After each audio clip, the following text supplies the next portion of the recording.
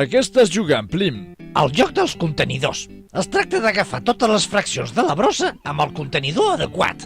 Mira, una capsa de cartró. Au, cap al contenidor blau, el de paper.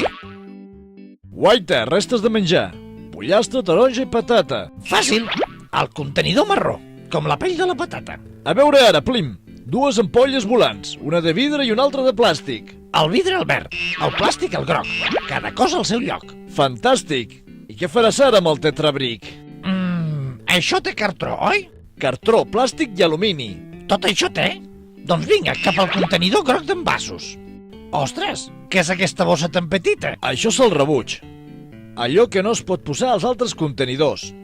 Draps, bolquers, restes d'escombrar i coses així. Si hem fet bé la recollida selectiva, ha de quedar molt poquet per a la bossa de rebuig. Doncs el rebuig per al contenidor verd. Iep, compte de no confondre amb el de vidre. Feina feta. Cada fracció ja és el seu contenidor. Segur que ja sabies on va cada cosa. És fàcil saber-ho, el contenidor ho posa. Però, amic meu, saber no és suficient. Cal que ho practiquis amb convicció. Separa a casa teva les diferents fraccions i posa les bosses al contenidor adient. Jo crec que es demana poc ben mirat. Però poc és molt si ho fem tots plegats. Fes-ho bé. No costa res.